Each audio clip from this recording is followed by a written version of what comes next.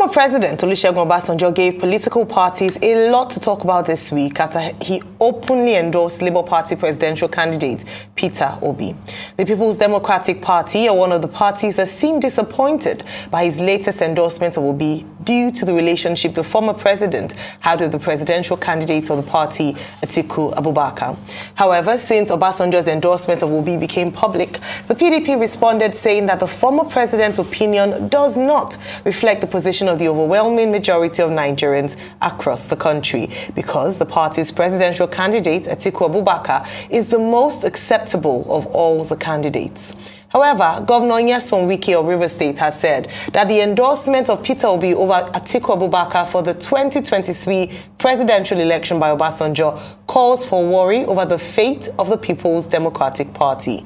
Joining us on the show this morning to discuss if this endorsement affects the party's chances is Daniel Bwala, spokesperson at Atiku Okowa Presidential Campaign Council. He would also be discussing the pending issue around the G5 governors within the PDP. Welcome to the morning show. Thank you. Good morning. Good morning, Daniel Bwala, and Happy New Year. Well, you've been quoted in the media as saying that President Olusegun Obasanjo endorsing the presidential candidate of the Labour Party is looking for a third term by proxy. How? He's not a candidate in the election, and as a citizen, even if he's an elder statesman, he has a right to express an opinion. He has a right to say this is where he stands in the matter. So how does that translate into seeking a third term by proxy? Well, good morning. Thank you for having me. Ordinarily, I haven't made my position and granted interview. My intention was never to discuss Olusegun Obasanjo, the elder statesman. But since the question has come, it is also imperative that I respond to the question. The premise behind my position is, it stemmed from the very content of the letter and my interpretation of a particular statement in that letter, which when he said that Peter Obi is like a pin with a thread and can always be dragged. I now decided to look at that and look at the history, his checkered history of interventions, engagement, and participation since 2007. And I juxtaposed that with other elder statesmen, former presidents like him. And I came to the realization, because even in 2019, when he endorsed Atiku, I was on the other side. I criticized the premise. The thing repeated itself again. And this is the premise. Disclosure, good faith, is very important in every of your dealings. It is a code in journalism. It's a code in law practice. It's a code in most professional engagement. And the reason why disclosure is important is that the idea is, in order for us not to deceive the innocent, either bystanders, viewers, members of the public, or Nigerians, is that once you are able to give a good faith disclosure of the premise from where you're coming from, it gives them that independent thought of making up their mind whether to take it as an objective analysis or position, or that it is based on partisanship or interest or anything. Now, Olusegun Obasanjo, as a former president and elder statesman, is someone I respect very dearly.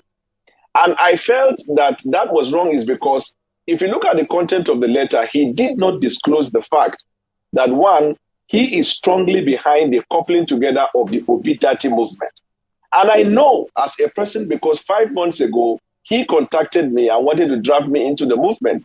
But respectfully, I did not go, because I didn't think that if I left APC because of the same free ticket and I want to ensure APC does not win, I should join a party that I do not think that has the realistic chance of defeating APC. So I thought that he will, in that letter, say, for the records, I stand with this person, this is my position and all.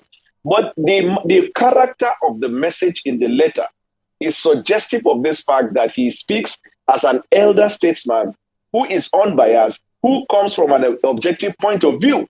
So we felt that is wrong. And it doesn't matter whoever he endorses, even if he were to endorse Atiku today, but fail to disclose the fact that, okay, I support Atiku, so that the reading mind will know, I would take the same objective view, or rather objection to that. That is point number one with regards to it. But Another one is this idea of coming as a prophet of doom. It's okay for you to say, I choose A over B. But when you go to the point of giving the impression that if A is not chosen, these are the likely consequences of that decision, to me, that is very improper. Because when it comes from a statement like him, it can have a ripple effect in the country. All right, thank you, Mr. Bwala. So yesterday we had the spokesperson for the Tinubu Shetima Presidential Campaign Council, Festus Keyamo, and he said that this endorsement, or perhaps a vote for Mr. Peter Obi, is in favor of their presidential candidates, because then it means that your party is losing out on that.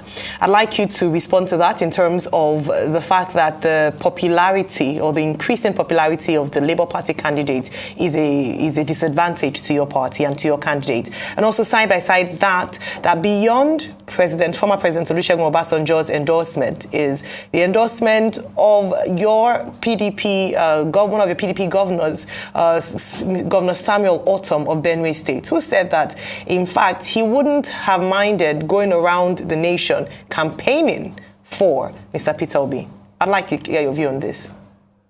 Okay, so first with what the other fellow for APC, Festus Keyamo, said. Actually, Festus Keyamo, I was sent his video, and when I played it, I couldn't help but laugh, because he was trying to use what we call reverse psychology.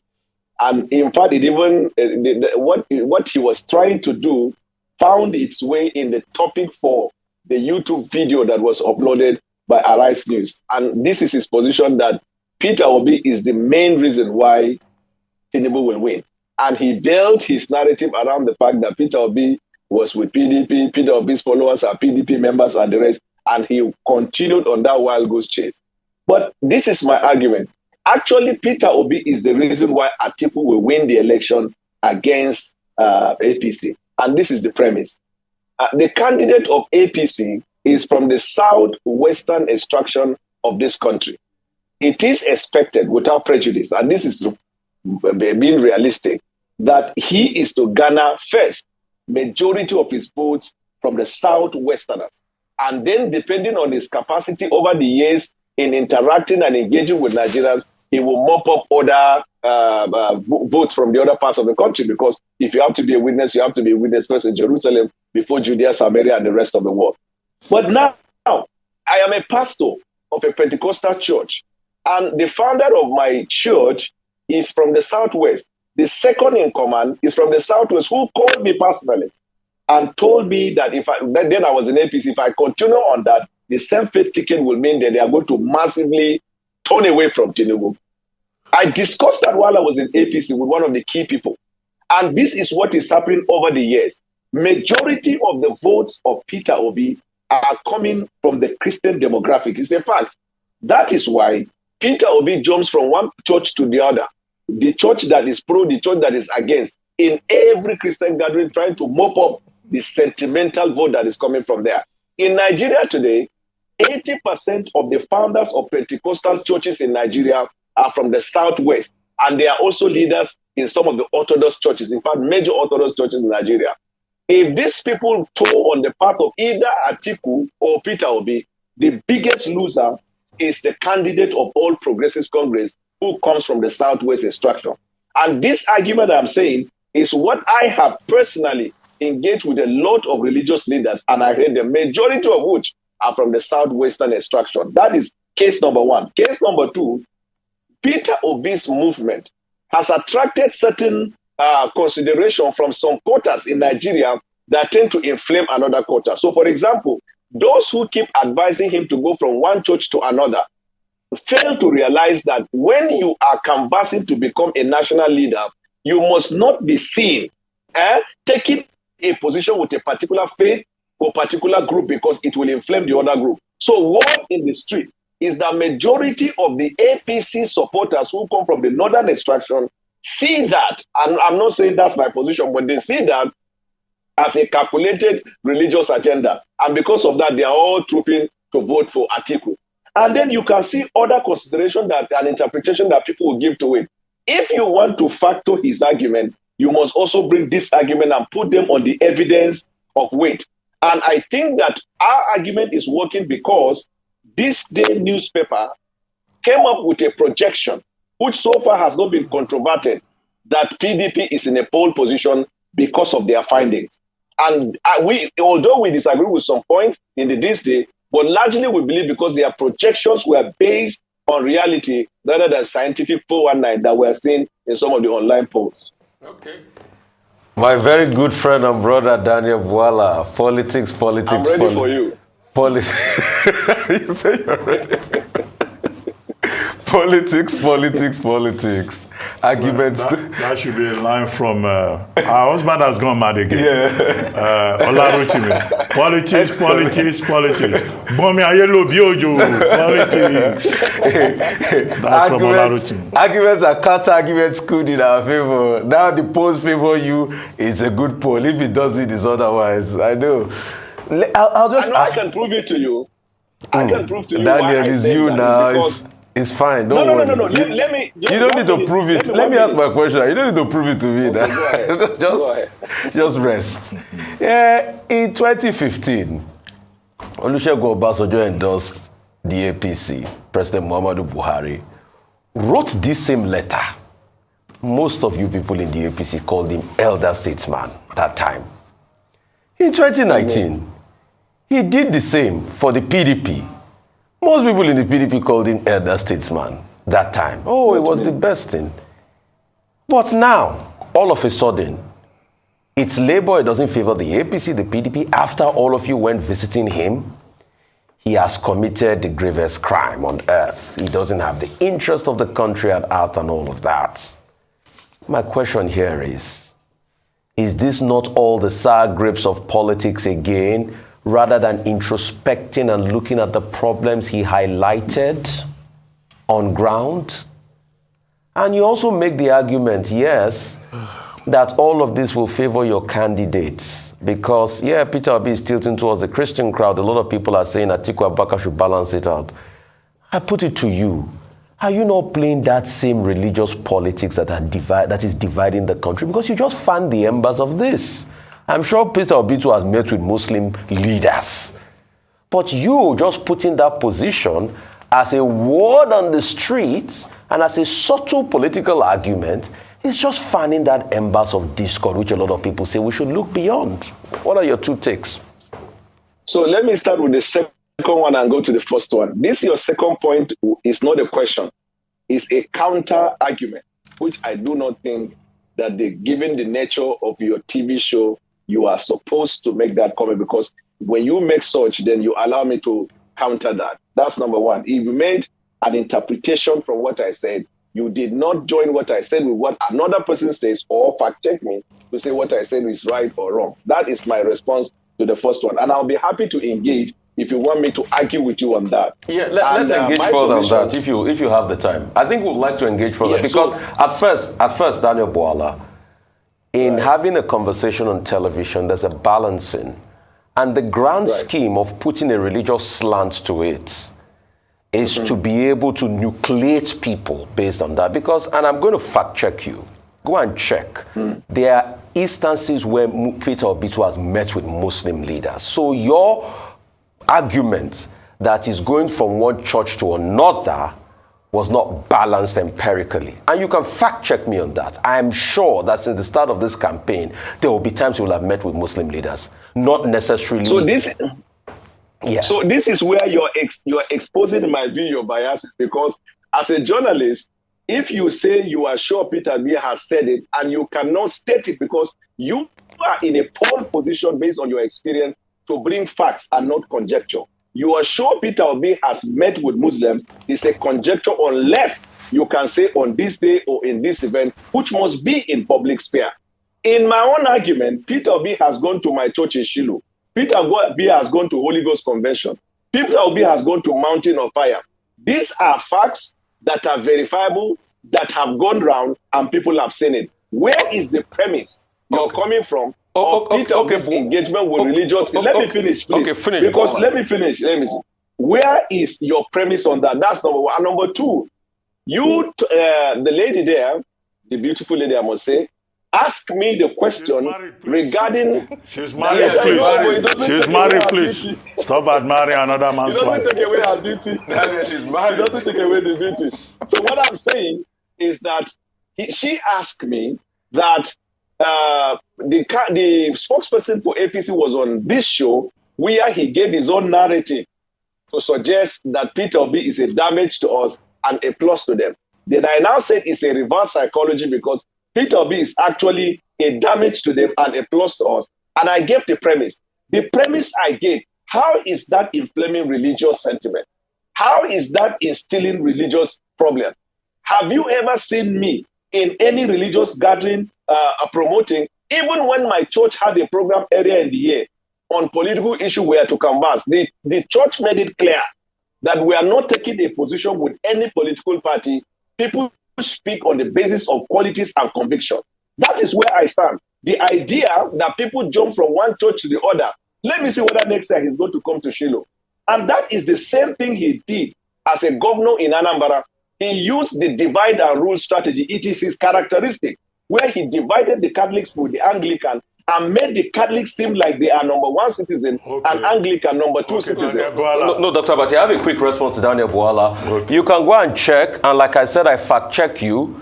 I won't check. No, hang on a minute. Daniel, chill now.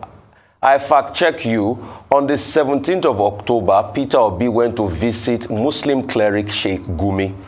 It's out there in public glare. That's the fact you needed. Daniel Bwala, my very good friend. Happy New Year. You just mentioned one, but Peter Obi has been to more than 9 Christian religious leaders. Can we move away from this and go on to something else? Okay, because this is not an argument. We're just having a conversation with you. Now, let me ask you, this is your matter with Kassim Afegbua, who is a spokesperson for the All Progressives Congress. Now, he challenged you to prove the point you made that there are 11 APC governors supporting your presidential candidate and 35 senators supporting your presidential candidate, Waziri Atiku Abubakar. And then you turned around, you said Kassim Afegbua is a mercenary, that his position is far beneath yours. And then I think he also responded to you. He says you are a quack spokesperson. But can you address the substance of that altercation between the two of you? Are there APC governors that are supporting the PDP presidential candidate and APC senators that are supporting the PDP presidential candidate? And to what advantage for you to have brought it up? Yes, actually, you mix the sequence of the facts. I was shown a report given by him by a journalist to react to it that he said 3 governors of the All Progressives Congress met with Atiku in Dubai. I was confronted with that to respond.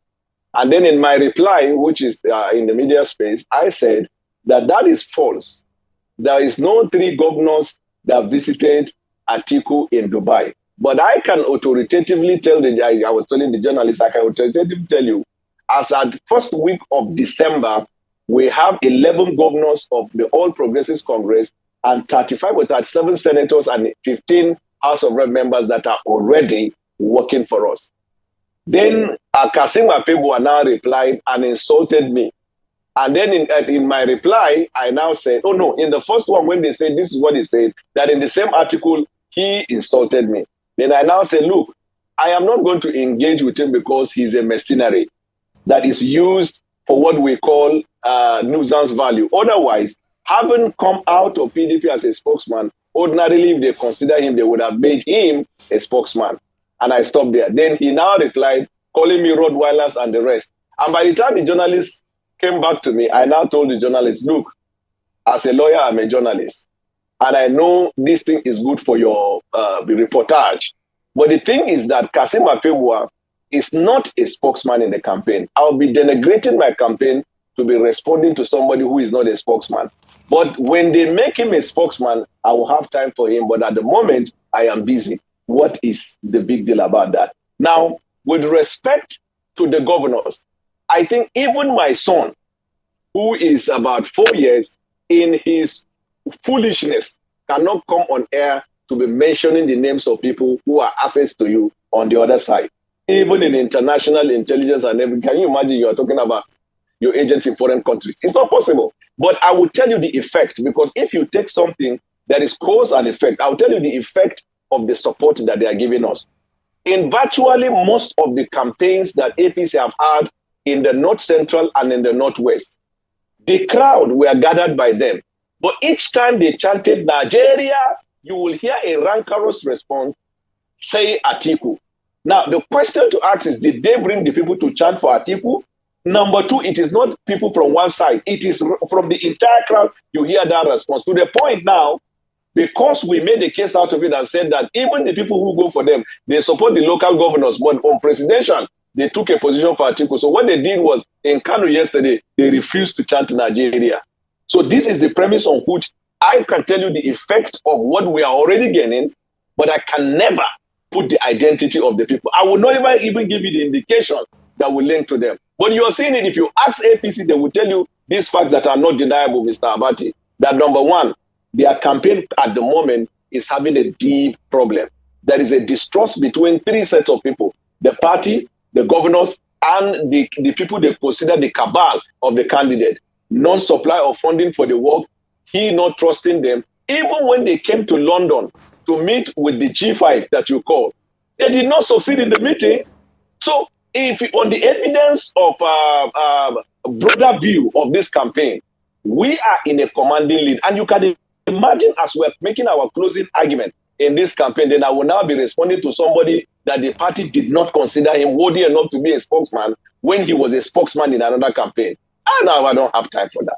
I focus on real issues. All right, Mr. Bwala, so you're admitting that there was a meeting between the G5 governors and Asiwaju Bola Ahmed Tinubu because this has been... No.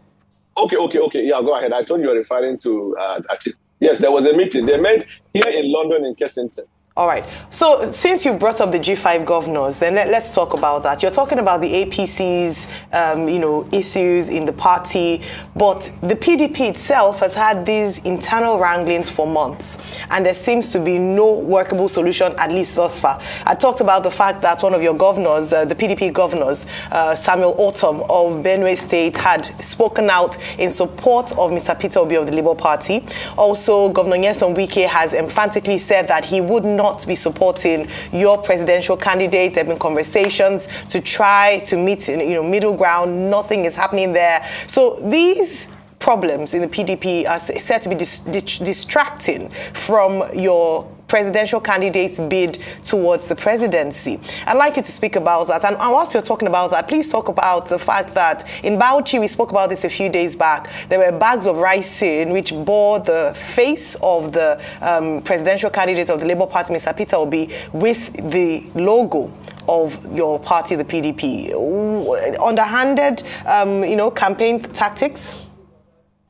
Well, let me do with the Bauchi and then come back. First of all, that is not true to have emanated from us. And why I'm saying that is because if you go to Bauchi now, maybe the news people are even reporting that the governor of Bauchi is with the G5. So could he be behind that? Certainly no.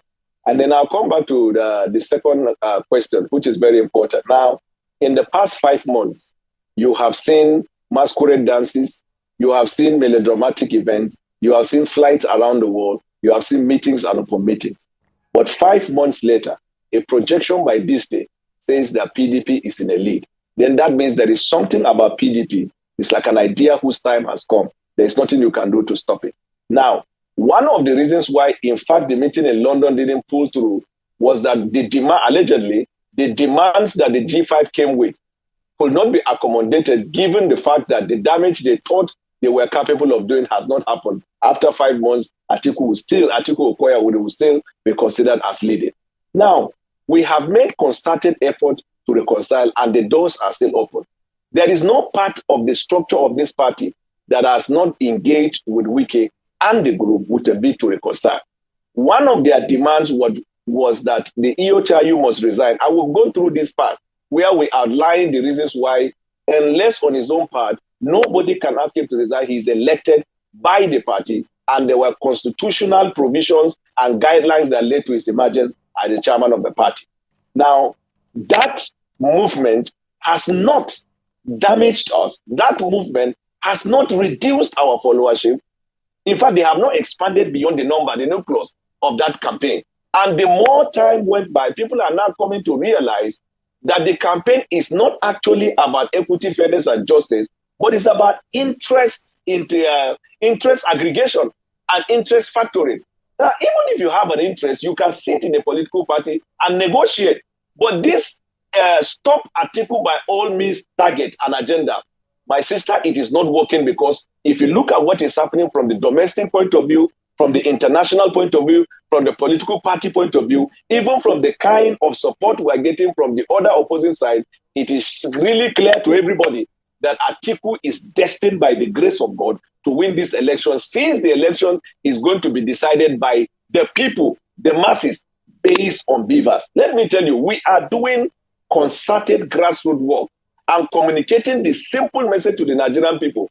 There is no way Nigerians will vote APC, having seen what they've gone through the past 7 months. There is no way Nigerians should consider voting Peter Obi, because he does not have the acumen and the wherewithal to govern a nation at a time of crisis like this.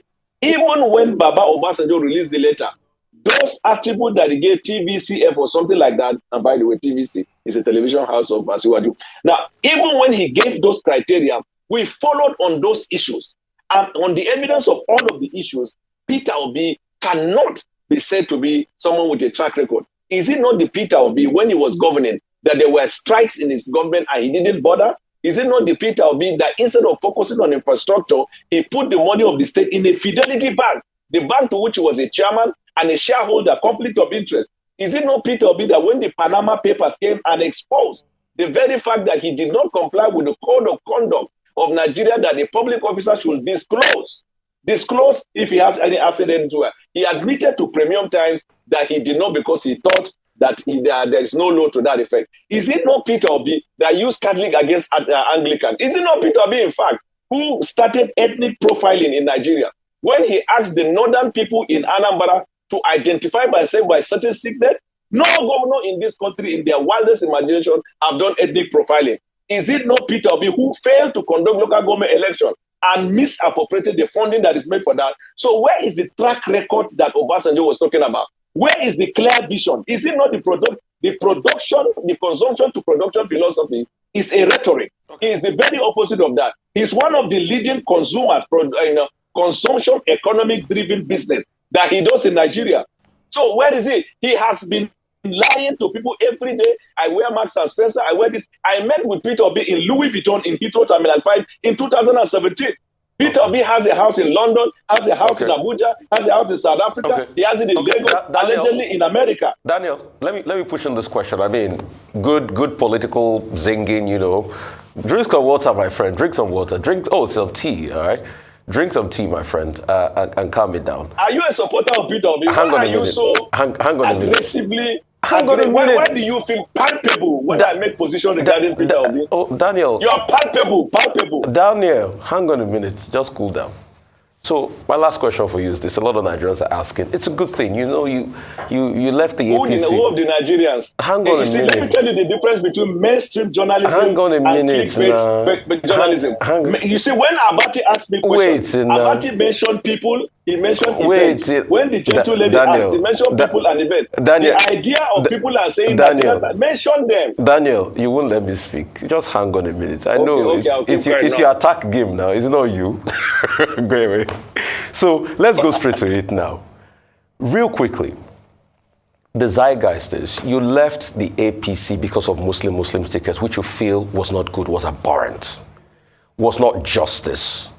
Do you think it will be justice that after 8 years of President Muhammadu Buhari, power should remain in the north? That's my question to you. And the answer is very simple, sir. I left APC because of the Muslim ticket, because it does not portend diversity. But I left APC as a party. I did not dictate for the activities of PDP.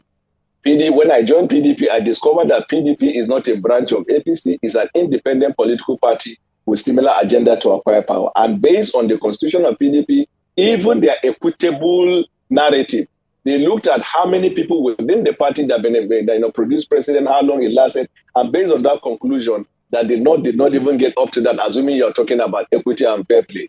But secondly, they said that the party is governed by laws and that they follow the legal procedure. Even the person who is the advocate and champion of the equity, fairness, and justice has so far shown that he is the very opposite, because in his state, you don't see equity, fairness, and justice. The chairman of the party and the candidate of the party come from the same senatorial zone.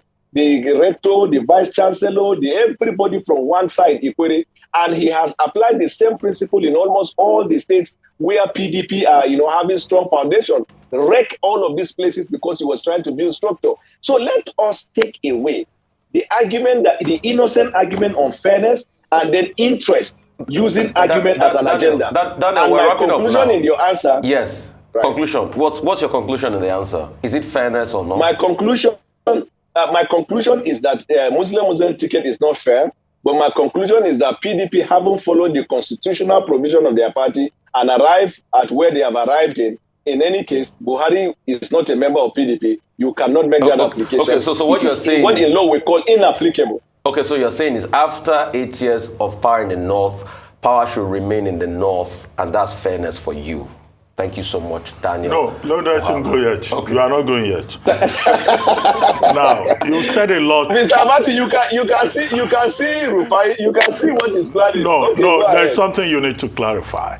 You said a lot about President Obasanjo's endorsement of Peter Obi, right? Or P2B, as some people call him. P2B, as some people call him. Now, it's not only President Obasanjo that endorsed him. Chief Ike Clark also did so. Governor Samuel Otom also commended him and barely stopped short of saying he will vote for him, but he said he's a man that is required. So what is the special crime that President Obasanjo has committed? Because he's not alone in endorsing Peter Obi. Yeah. So if, as you say, Peter Obi is a failure, why expend so much energy on him? You could just ignore him and focus on your candidate. Yes, we would have ordinarily ignored him, but when the press bring us, they will throw the fact at our face and they will tell us we have to react. Yeah, that's the reason we do. Peter Obi is inconsequential. I maintain the position he can't win more than 3 states in the entire election. But with respect to Pat Clark, you can see that nobody joined issues with Pat Clark. Do you know why? Pat Clark maintained a position without threatening the country. Pat Clark, everybody knows, does not identify with any political party. So people see him as an elder statesman expressing an opinion. But if Pat Clark, for example, from the foundation has been assembling the team for Peter Obi and now comes to say something, then people will tell him, but Pat Clark, you are partisan. If you want us to take objective analysis, then you have to show that you are not partisan. That is about that one. Now, with respect to the rest of the people, let me tell you, there is even intelligence, Dr. Abati. There are 3 more personalities that are going to endorse Peter Obi. They actually arranged it that at the beginning of the January, they will be making those endorsements to kill the energy. But an idea whose time has come, nothing you can do to stop it. Okay, thank you very much, Daniel Bwala.